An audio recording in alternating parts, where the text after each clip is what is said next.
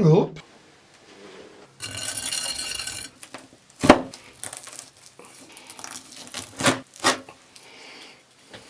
Ο παππούς ο Τάσος μαγειρεύει. Κλαμπατάσος cooking. Γεια σας φίλοι μου καλοί.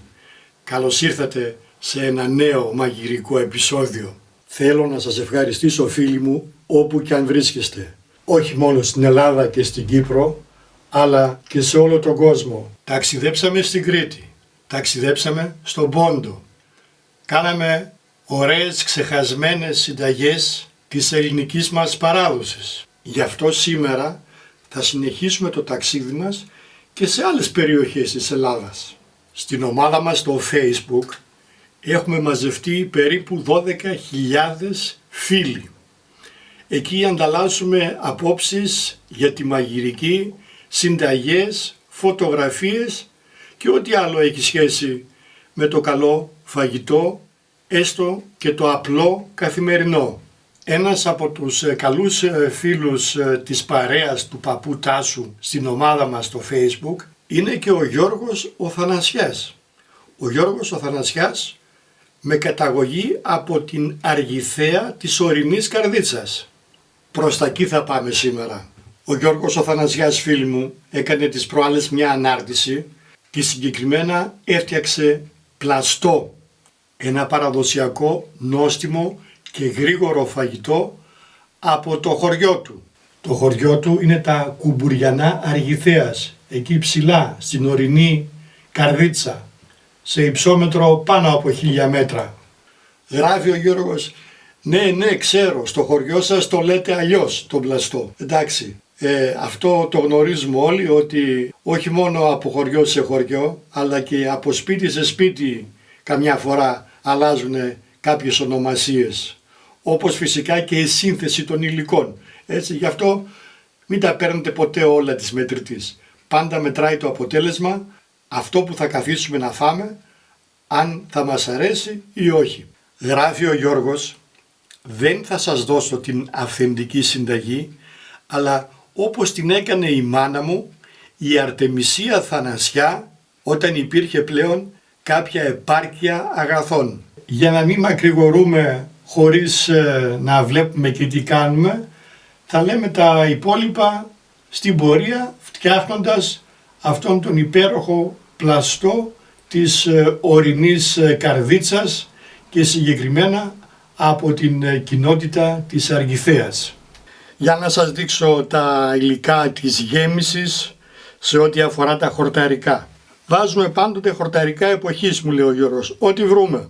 Εγώ βρήκα σπανάκι, μαρούλι, πικραλίδα, σέσκουλο, μαϊντανό φυσικά, κρεμμυδάκι φρέσκο, δεν βρήκα μυρώνι, θα βάλω λίγο μάραθο, επίσης θα προσθέσω και λίγο άνηθο. Τα μυρωδικά, όπως είπαμε, πάντοτε είναι στα γούστα του καθενός να βάλει μέσα ό,τι του αρέσει. Αφού είδαμε τα πράσινα υλικά για τη γέμιση, ας δούμε τώρα και τα υλικά για τη ζύμη. Αλεύρι καλαμποκίσιο, αλεύρι για όλες τις χρήσεις. Γάλα, ελαιόλαδο, αλάτι και πιπέρι και αυγουλάκια. Γράφει ο Γιώργος, για την αυθεντική αργιθεάτικη συνταγή απλά χρησιμοποιήστε 100% καλαμποκάλευρο, αντικαταστήστε το λάδι με λίπα, το χοιρινό λίπος, και το γάλα με ξινόγαλο. Δεν υπήρχαν τότε, μιλάμε και μέχρι τη δεκαετία του 70 στην Αργιθέα, αλεύρι και λάδι, και γι' αυτό δεν τα χρησιμοποιούσαν και όχι για να το κάνουν γκουρμέ. Επειδή Γιώργο εγώ θέλω να φτιάξω το δικό μου πλαστό όσο πιο παραδοσιακό γίνεται, θα ακολουθήσω όπου μπορώ την αυθεντική αργιθεάτικη συνταγή. Δηλαδή θα αντικαταστήσω το γάλα με ξινόγαλο που έχω εδώ.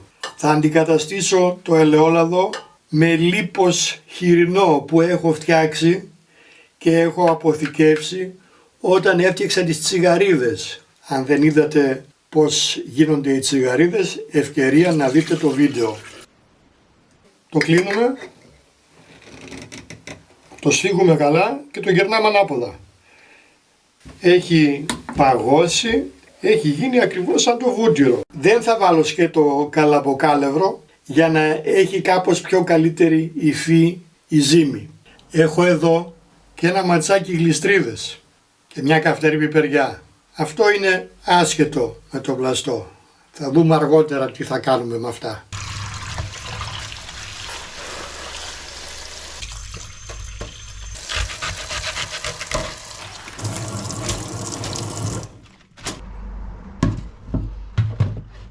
Αφού έχουμε πλύνει τα χόρτα μας, θα τα κόψουμε τώρα μικρά, όπως κάνουμε για όλες τις πίτες που περιέχουν χόρτα. Το σπανάκι είναι πάρα πολύ τρυφερό. Δεν ψιλοκόβουμε τα φύλλα για να μην χαθούν μετά.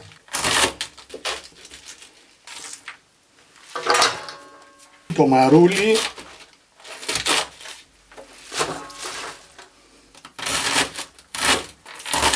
δεν παίζει ρόλο να βάλετε ίσες ποσότητες. Ό,τι έχετε βάζετε. Όπως κάνουμε μια απλή χορτόπιτα.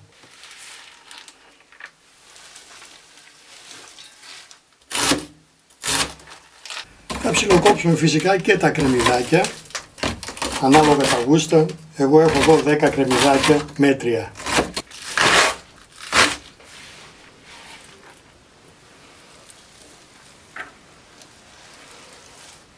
Αφού λοιπόν έχουμε ψιλοκόψει τα χορταρικά, θα τα αλατίσουμε τώρα. Θα τα τρίψουμε λιγάκι και θα τα αφήσουμε στην άκρη να στραγγίσουν τα υγρά τους. Να και η φέτα που έλειπε πριν από τα υπόλοιπα υλικά, η φέτα είναι από τα Τρίκαλα, όχι και τόσο μακριά από την Αργιθέα. Αυτή είναι η λίγδα που είχα κρατήσει όταν έκανα τις τσιγαρίδες. Ήταν σφραγισμένη και την είχα σε σκοτεινό ντουλάπι. Λογικά τώρα πρέπει να ακούσουμε τον χαρακτηριστικό ήχο, όπως τον ανοίγουμε κάποια μαρμελάδα. Κλακ.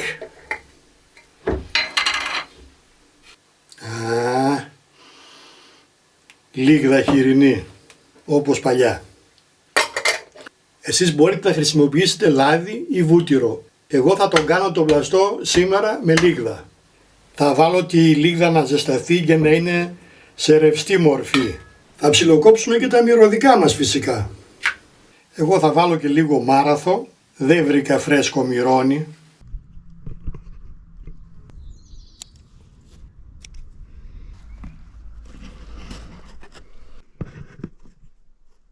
Να και ο μάραθος που λέγαμε. Εσείς μπορείτε να βάλετε μυρώνι αν βρείτε ή ό,τι άλλο μυρωδικό σας αρέσει. Ο μάραθος είναι δικός μου. Έχω σπείρει σπόρο που μάζεψα άγριο πέρυσι και έχω φτιάξει τώρα 4-5 ρίζες. Μυρωδικά βάζετε ό,τι θέλετε, έτσι. Γι' αυτό εγώ θα βάλω τώρα και άνηθο. Και όπως βλέπετε άνηθο έχω μπόλικο. Μου έδωσε σπόρο ο φίλος μου ο Γιάννης από την Κρήτη, κρητικό σπόρο, τον έσπειρα και ειδού το αποτέλεσμα. Δεν ξέρω για εσάς, αλλά εμένα πάρα πολύ μου αρέσει ο άνηθος. Κρήτη μυρίζει αυτός ο άνηθος, Γιάννη. Και φυσικά θα κόψουμε και το μαγιανό. Τα μυρωδικά δεν τα πρόσθεσα εξ αρχής στα χόρτα για να διατηρήσουν το άρωμά τους. Έτοιμα και τα μυρωδικά μας. Όσο στραγγίζουν τα χόρτα θα ετοιμάσουμε τη ζύμη, το χυλό δηλαδή. Θα κάνουμε ένα μείγμα καλαμποκίσιο αλεύρι με αλεύρι για όλες τις χρήσεις. Παλιά βάζανε μόνο καλαμποκίσιο γιατί δεν είχαν από το άλλο το αλεύρι τόσο απλά. Θα ρίξουμε αλάτι. Αλάτι κατά βούληση. Θα το ανακατέψουμε καλά. Θα προσθέσουμε ένα αυγό. Θα ρίξουμε μέσα ελαιόλαδο, βούτυρο ή στη δική μου περίπτωση λίγδα χοιρινή. Γιατί κάποια λιπαρή ουσία τη θέλουμε οπωσδήποτε. 4 κουταλιές της σούπας έβαλα, είναι περίπου 40 με 50 γραμμάρια. Θα προσθέσουμε το γάλα. Εγώ θα βάλω ξινόγαλο γιατί βρήκα. Τώρα όλα αυτά τα βάζουμε με το μάτι. Αν και εγώ τα έχω ζυγισμένα και θα σας δώσω ακριβώς τις ποσότητες. Εδώ τώρα θέλουμε να πετύχουμε έναν χυλό όπως είναι η μπεσαμέλ που ρίχνουμε πάνω στο παστίτσιο. Και έτσι θα προσθέτουμε τώρα το νερό ή τα υπόλοιπα υγρά σιγά σιγά.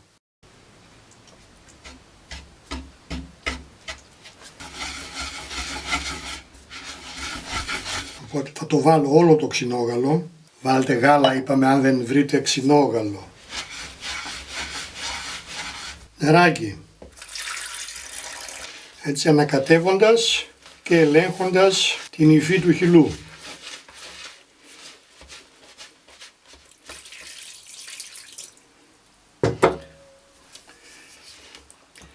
Και λίγο παραπάνω νεράκι να φύγει δεν λέει κάτι.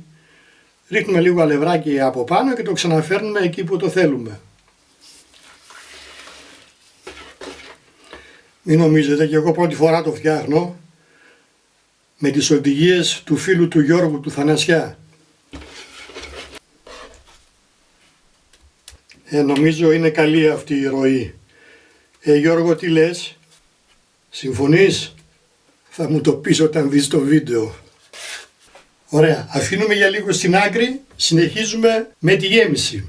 Τα χόρτα μείνανε περίπου καμιά ώρα με το αλάτι, τώρα έχουν βγάλει τα υγρά τους, έτσι. Αυτά τώρα παίρνοντας τα από εδώ θα τα στύψουμε, έτσι να φύγουν τα πολλά υγρά, δεν τα θέλουμε.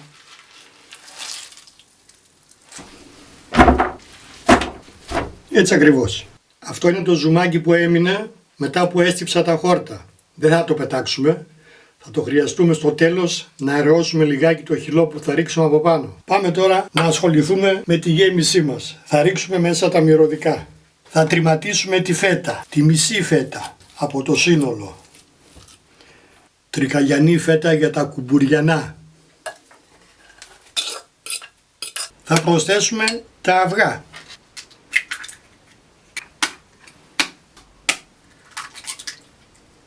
Εσείς τώρα θα βάλετε ελαιόλαδο ή θα βάλετε βούτυρο.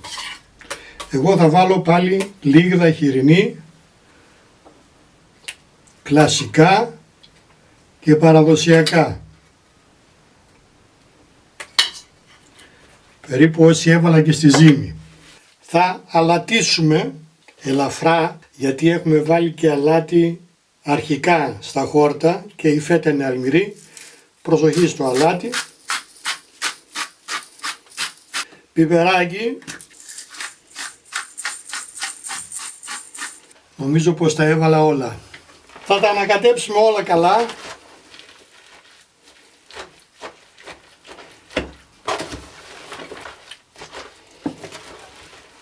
Συνεχίζουμε τώρα με την υπόλοιπη φέτα. Αυτή τώρα θα την κάνουμε λίγο πιο χοντροτριμμένη. Αν νομίζετε ότι η φέτα που γράφω στη συνταγή είναι λίγη ή πολύ, κανονίστε εσείς πόσοι θέλετε να βάλετε στο δικό σας πλαστό. Το βαθύ ταψί του φούρνου της κουζίνας. Θα βουτυρώσετε καλά. Εγώ θα βάλω επίσης και εδώ χοιρινή λίγδα. Θα αλείψουμε όλη την επιφάνεια του ταψιού και τα τυχώματα. Μια χαρά μοσχομυρίζει η λίγδα η χοιρινή. Θα ρίξουμε τώρα τα 3/5 από το χυλό μας στο ταψί. Έτσι.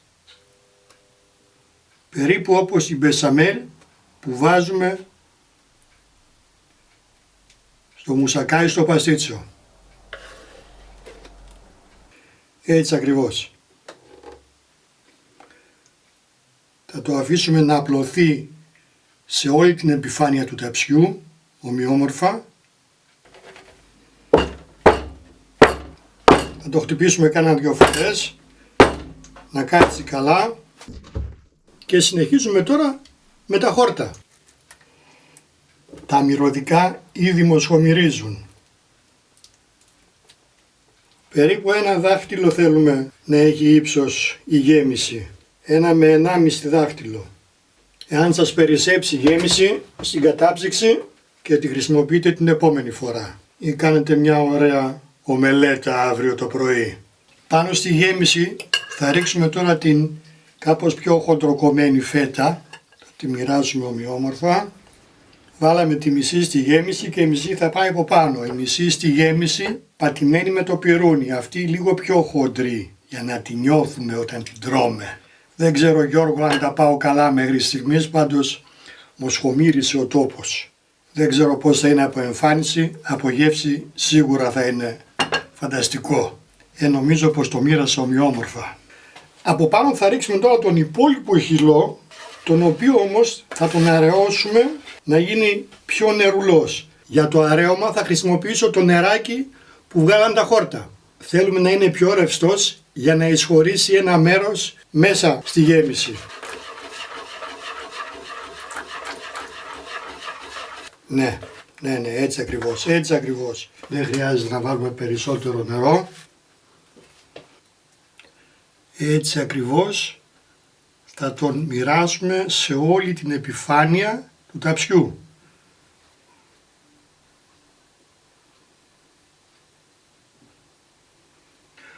Ο φούρνος έχει ανάψει και προθερμαίνεται στους 200 βαθμούς. Αντιστάσεις πάνω κάτω.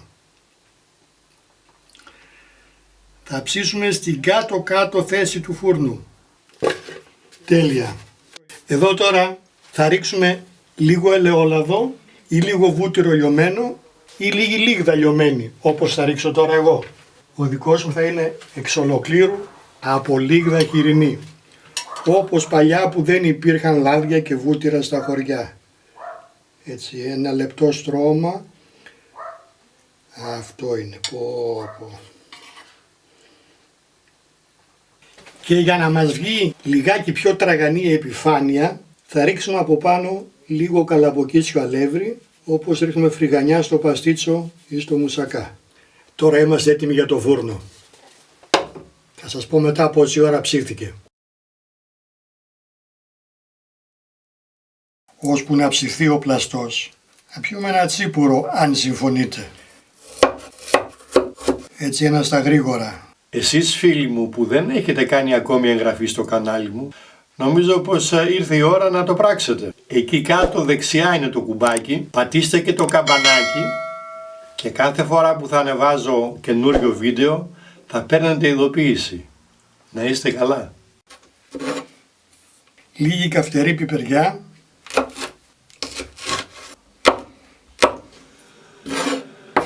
Λίγο αλευράκι. Θα κάνουμε ένα κουρκούτι. Σαλατάκι. Πιπεράκι. Έτοιμο το κουρκούτι.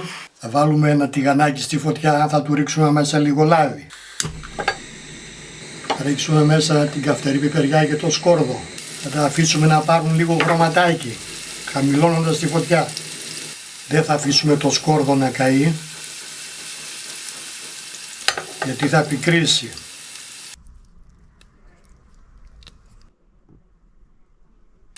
Θα ρίξουμε μέσα το θυμάρι, θα ανακατέψουμε. Ίσα ίσα να λαδώσει το θυμάρι και θα σβήσουμε με το χυμό από μισό λεμόνι. Θα ρίξουμε λίγο αλατάκι.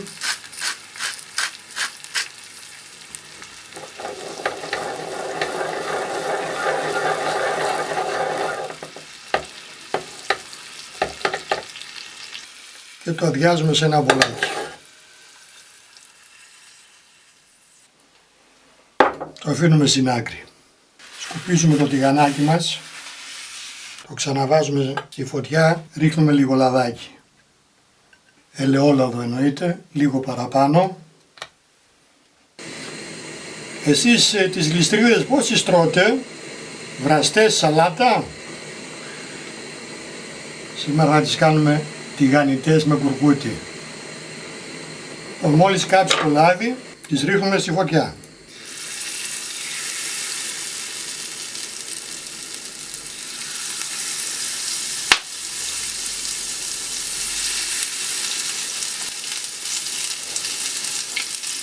Θα τις αφήσουμε να πάρουν λίγο χρωματάκι.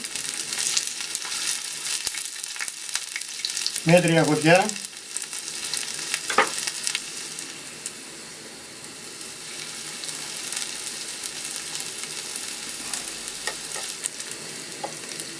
Και τις βγάζουμε. Και να ετοιμάσουμε το μεζεδάκι μας. Λίγο αγκουράκι, αλατάκι. Και το αγκουράκι θέλει ξιδάκι.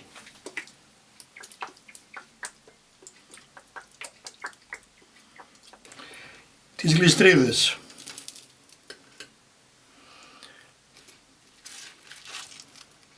Και μου πείτε αν ξαναφάγατε άλλη φορά τέτοιο μεζέ. Δεν νομίζω.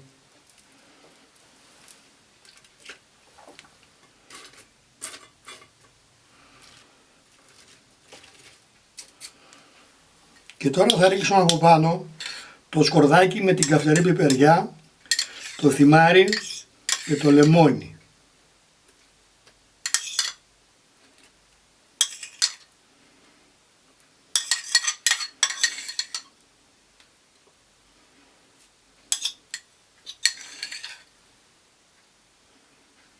Είπατε τίποτα? Όχι, λέω αν είπατε τίποτα. Εδώ επί τόπου ένα τσιπουράκι, γιατί ο πλαστός ψήνεται. Να προλάβουμε να τον βγάλουμε, μην τον κάψουμε. Στην υγειά μας.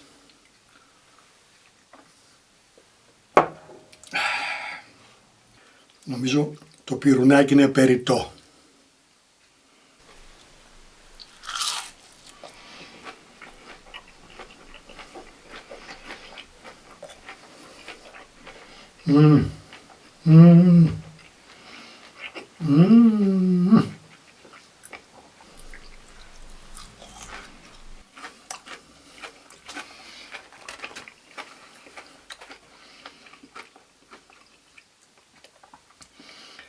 Καλά, τι μεζέ δημιούργησα πάλι.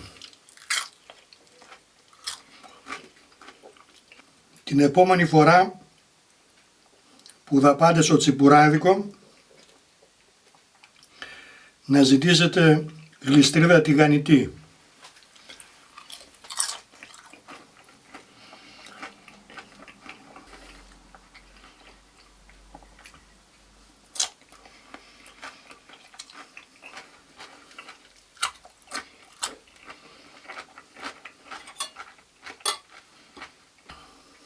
Να είμαστε καλά, φίλοι μου. Πάμε να δούμε τι κάνει ο πλαστός. Βγήκε ο πλαστός. Πω άρωμα. Καλά, Γιώργο, δεν σου λέω τίποτα, Μιλάμε για πολύ άρωμα. Από χρώμα άλλο πράγμα. Τώρα μένει να δούμε πως είναι από μέσα. Εγώ θα το βγάλω τώρα από το ταψί για να μην υδρώσει και μαλακώσει. Θέλουμε να είναι λίγο τραγανή η κόρα του πάνω κάτω. Οπ. Βόλα. Πολύ ωραίο χρώμα. Τέλειο το χρώμα του. Άλλη μία τούμπα για να τη φέρουμε πάνω στο σανίδι. Τέλεια. Θα την αφήσουμε λιγάκι να ξεκουραστεί, να δέσει και μετά θα την κόψουμε. Για να κόψουμε.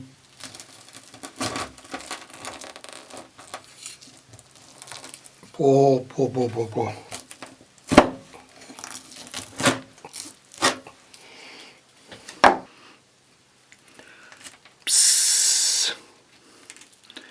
Γιώργο, δεν ξέρω, κατά τη δική μου ταπεινή γνώμη νομίζω πως τον πέτυχα.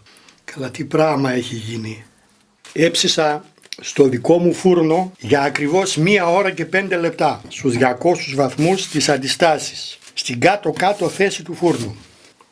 Για πάμε να δοκιμάσουμε. Είναι μέτριος, ούτε πολύ ζεστός ούτε πολύ κρύος, εκεί έτσι κάπου χλιαρός.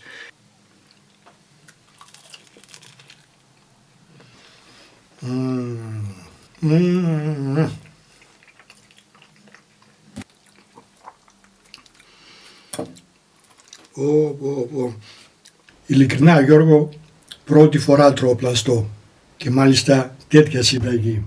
Δεν ξέρω αν υπάρχει καλύτερος. Στο σημείο αυτό να ευχαριστήσω άλλη μια φορά τον Γιώργο Θανασιά που μου έστειλε τη συνταγή της μητέρας του Αρτεμισίας από τα Κουμπουριανά Αργιθέας. Επίσης να χαιρετήσω και όλη του την οικογένεια και ειδικά τις κόρες του που έχουν έρωτα με το γλυκό μου καραμελένιο όνειρο και το φτιάχνουν και μόνες τους. Να είστε καλά, φίλοι μου. Γεια σας.